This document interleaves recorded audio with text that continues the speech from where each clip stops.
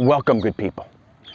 My steadfast followers will know that I have been living in Seville, Spain for almost 20 years now. Okay, Seville is the capital of Andalusia. Andalusia is the southernmost and most populous state of Spain, or to be more precise, autonomous community. Land-wise, it's, to give you a US reference, about the size of Maine or of South Carolina, both quite big states. And to have a European reference, it's about 1/3 the size of UK. It's got coast on both the Atlantic and Mediterranean. It's very close to Africa. It was a civilized and populous place many years before the Romans got here in 200 BC, and it became a Roman colony in 45 BC under Julius Caesar. And then when the rest of Europe, or almost all of the rest of Europe, was sunk into the Middle Ages, Andalusia continued to be quite a cosmopolitan place. It had industry, silk for instance, and agriculture and learning. Some of the best universities at that time were in the Arab world. The Moors governed Andalusia and many other parts of Spain, but Muslims, Christians, and Jews lived and worked together basically peacefully.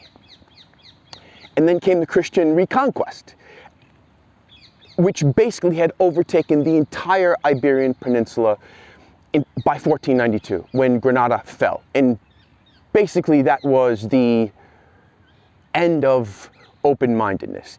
The Muslims and Jews had to either leave or convert. That was also the time, 1492, when Columbus discovered America. And so the gold started to roll in shortly after that. And in many ways, that gold corrupted Spain, because the powerful and the connected people, all right, to become rich, all they had to do was collect, count, and coin the gold that was basically imported from the New World. And that gold came into Spain through Andalusia, up the Guadalquivir River, and was unloaded in Seville.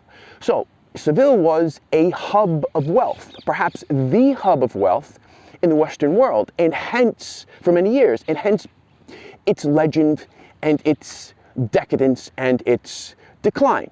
In both church and state, they were basically the same thing for many years. And at both the highest and lowest levels of society, basically the poor were as corrupt as the rich, with everyone looking to make easy money at the expense of someone else. And hence was born Spanish fatalism, apathy, roguery, tribalism, cliquishness, political cronyism, right? With everyone looking out for their own clan and only their own clan.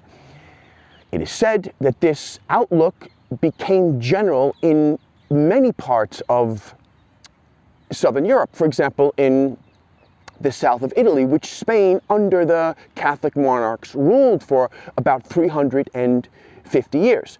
Now, I have written a book, a foreign residence book, to use the terminology of the great Lawrence Durrell, about Seville. It's called My Half Orange, A Story of Love and Language in Seville.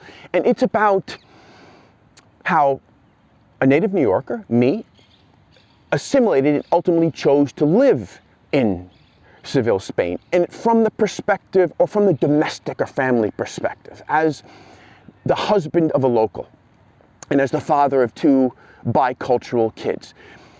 I'm fascinated by how these cliches of Southern Europe kind of work their way into family and neighborhood life, but far from the center, okay? Because Seville really is tourist-ridden these days.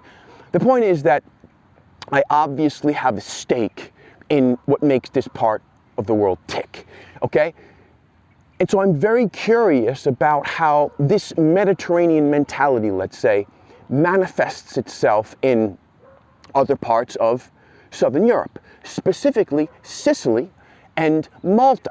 Malta is an island about 50 miles off the coast of Sicily, 12 miles by 20 miles. It's got about 550,000 people on it, and it's its own country, and it's part of the EU. So today we're going to talk about 3 different books. Palermo, Layers of a City. Okay, Palermo is the capital of Sicily.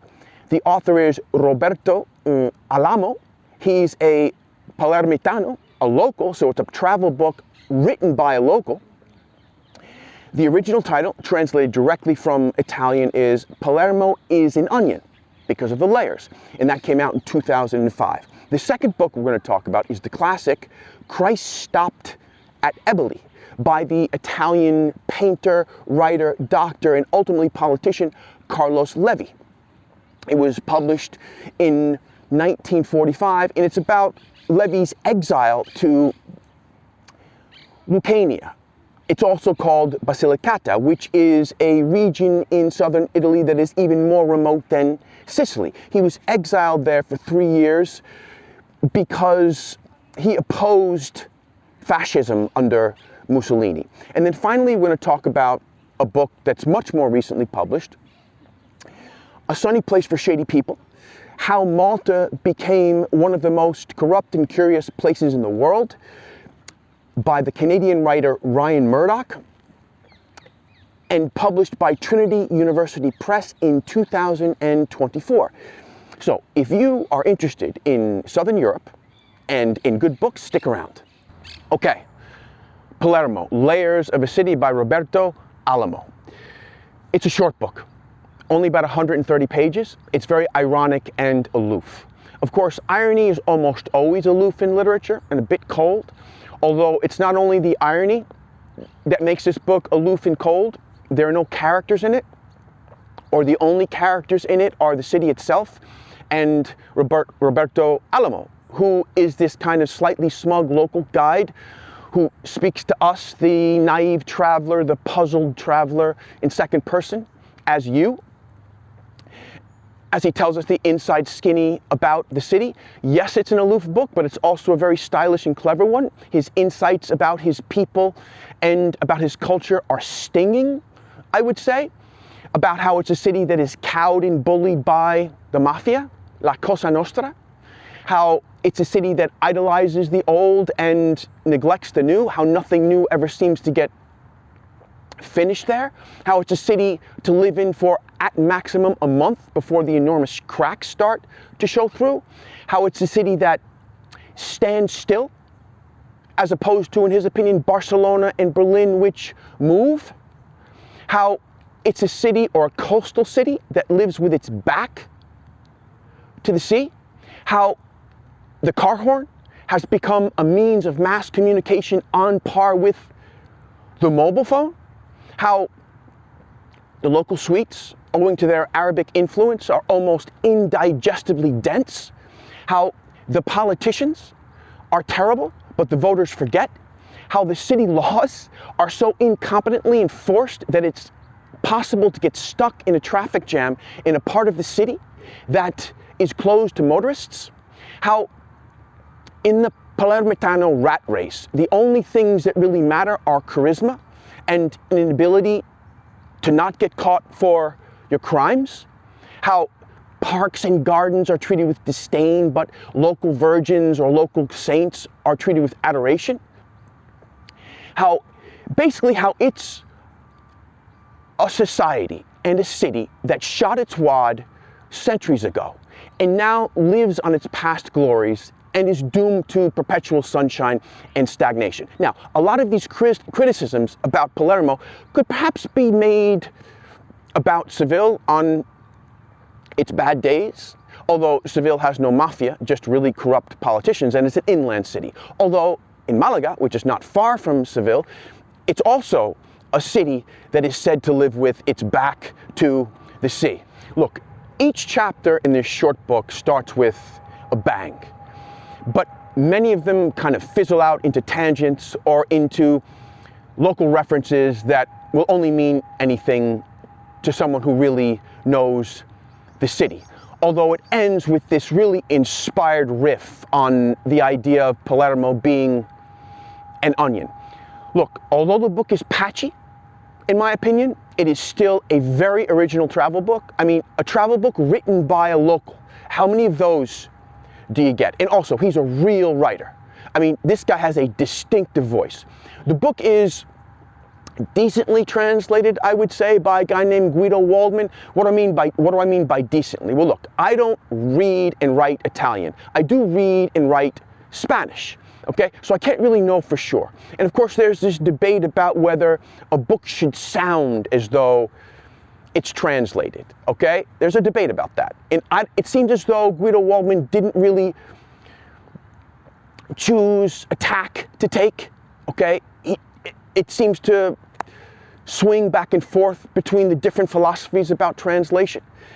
But anyway, the translation is certainly good enough. Okay, it was published by House Publishing with the German spelling, H-A-U-S. It's a London publishing house, an independent publishing house, and it's part of the Armchair Traveler series. So if you're really interested in travel books, I would check out the catalog of that series. Of the 3 books that I'm talking about today, all of them good. Only one, Christ Stopped at Eboli by Carlo Levi. I think I said his name wrong before. It's Carlo, not Carlos. Only that one launches into high art, in my opinion. Casts a spell on us. Transports the reader to a universe all its own. The way that, or Levi's descriptions of landscapes and characters and local customs and local rivalries kind of accumulate to create a Levi-esque universe that I think is on par with Faulkner's Yoknapatawpha County, or Sherwood Anderson's Winesburg, Ohio, or Gabriel Garcia Marquez's Maconda, which is the fictional town in 100 Years of Solitude. Levi's book, also unlike the other 2, gets better as it goes on.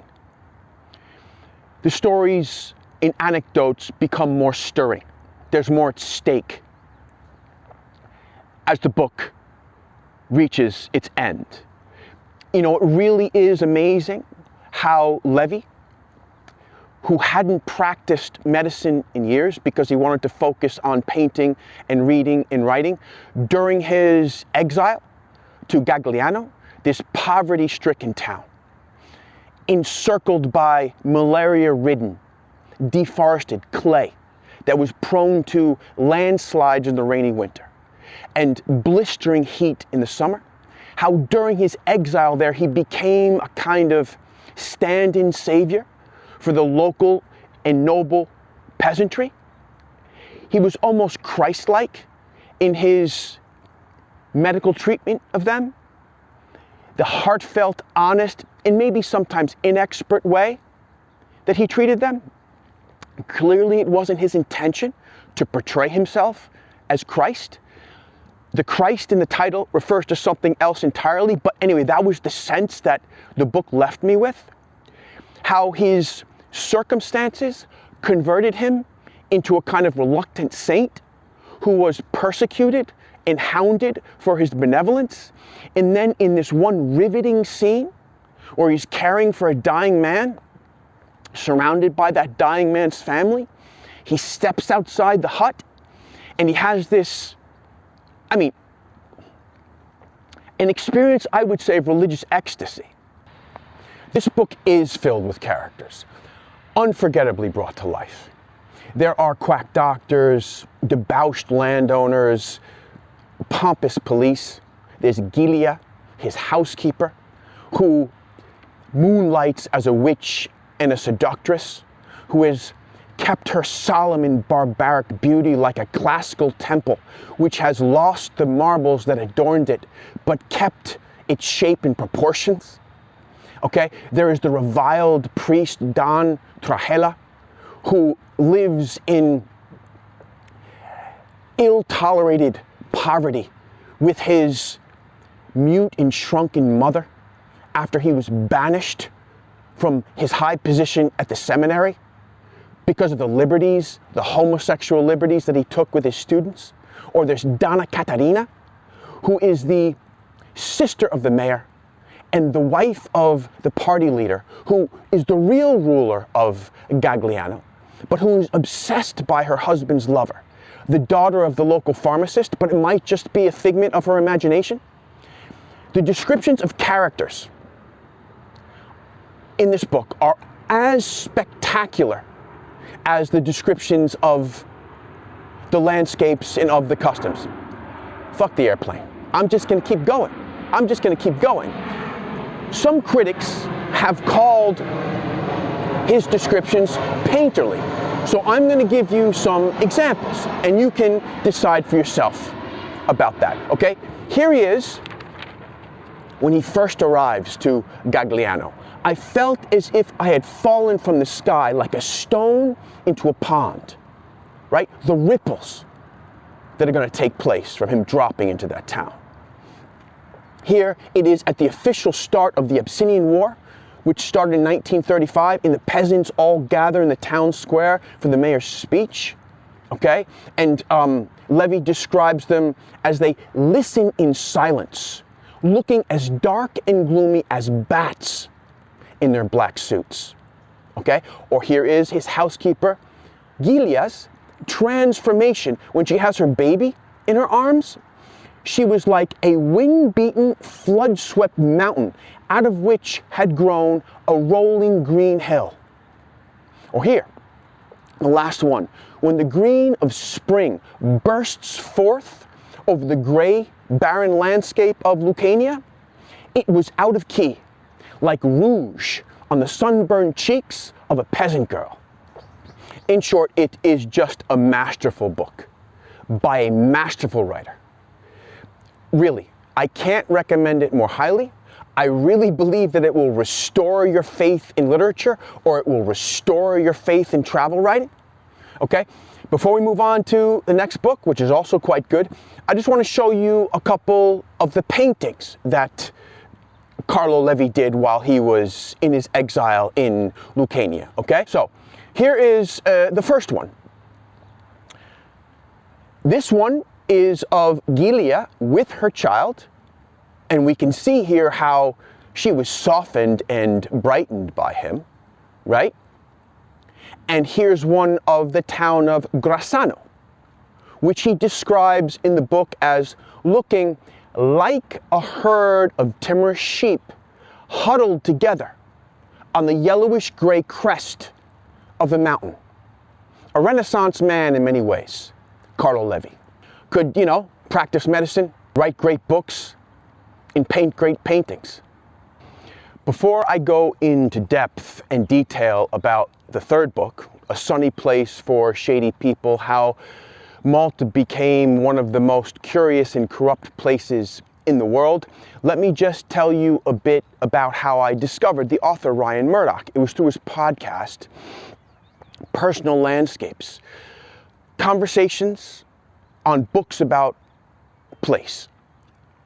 Murdock is a deft, lucid, and thorough interviewer. He's been doing the podcast for a while, I think, but he's only at this point uploaded about 50 episodes, so that you know if he uploads something that it's going to be good. His specialty is travel writing, and he is extremely well read in the genre. Ironically, I don't think that with A Sunny Place for Shady People he has written a travel book, although that was clearly his original idea. He says that at the start of the book. And also, the book seems to be packaged as travel writing. For example, the photos that are included between sections, okay, they are by his wife, Tomoko, who is either Japanese or Canadian Japanese, I'm not sure. They're beautiful photos, but they really don't fit the subject matter. I wish that he had included photos of the victims and the villains of his story. In 2011, Ryan Murdock moved with his wife from Ontario, Canada to Malta with the idea of writing a travel book in the tradition of Lawrence Durrell's Bitter Lemons. I know Durrell from the Alexandrian Quartet. The 4 novels in that series are Justine, Balthazar, Mount Olive, and Clea. Durrell who was once considered for the Nobel Prize, wrote or was very influenced by the great American writer Henry Miller. In that series of books and before, I haven't read Bitter Lemons, but it was published in 1957, which was the same year that the first book in that series of 4 novels was published. The last one was in 1960, and I adored those books when I read them 30 years ago in my late 20s. Anyway, Murdock wanted to go to Malta and to write a book about living in an idyllic Mediterranean, or on an idyllic Mediterranean island, all right, in an old quiet house among the olive trees and vineyards, while swimming naked in the Velvet Sea. But that idea changed quickly when he got to Malta and was confronted with what he calls the malevolent undertone of the place. While Murdock's book helped me see the similarities in a way between Malta and Seville, for example, how the houses are built to protect people from the heat rather than the cold, so even in mild winters, you're freezing inside. Or how there are remains of ancient civilizations everywhere, or the hold or the sway of the Catholic Church on society, at least culturally. Or, you know, the way people hang their clothes out on roof terraces, or how people in the summer, when the sun goes down, they take their furniture outside and they sit in this furniture and spend the evening out there. How sometimes the rain is muddy with the sand from the Sahara. In Seville, it's called Kalima. And, you know, just the litter and the noise and the prevalence of concrete and how that amplifies the noise. So, although it sort of showed me all that, first and foremost, his book is a work of investigative journalism that exposes the rampant and ruthless corruption and cronyism in the Maltese government, specifically in the Labour Party, which in 2017 put a successful hit on the 54-year-old journalist and mother, Daphne Caruana Galizia. I mean, get this. The Prime Minister, Joseph Muscat, okay, these are the people, the victims, and the villains that I wish there were photos of in the book. So Joseph Muscat, the Prime Minister of this country in the EU, and his entourage of goons, okay, killed her with, in broad daylight, with a brutal car bomb, okay, because she had some damning documents on them, and a huge readership with her column, and a vicious pen, and infinite courage, okay? And they knew that if she published what she planned to publish, they were cooked. In many ways, Murdock's book seems like a tribute to Daphne Caruana Galizia's work, spunk, and guts. It's as though Murdock wanted to package the case against her killers in an expertly written, exhaustively researched tome of, I don't know, 80,000 reprimanding words. In my opinion, the last 50 pages, give or take, are kind of encumbered and cluttered with details that are more relevant to a prosecutor, let's say, than even the most curious readers. But perhaps Murdock's standards of journalistic rigor drove him to include it all. It seems that after 7 years in Malta, Murdock has a kind of resentment towards the Maltese people, although he says in interviews, he says otherwise in interviews. Look, man, a resentment would make sense. I mean, Daphne Caruana Galizia is worthy of his deepest and our deepest respect and admiration. And she is the most exemplary Maltene of them all. But generally speaking, of course there are exceptions. Generally speaking, the Maltese are portrayed in this book as stupid and stubborn, as buffoons and louts and backstabbers. he is going to piss off the Maltese people with this book. I mean, they are fuel for his contempt, and they are the butt of his jokes. I mean, he even goes so far as to kind of disparage their food. I mean, there's no way he can get away with that without pissing off most of the Maltese readers.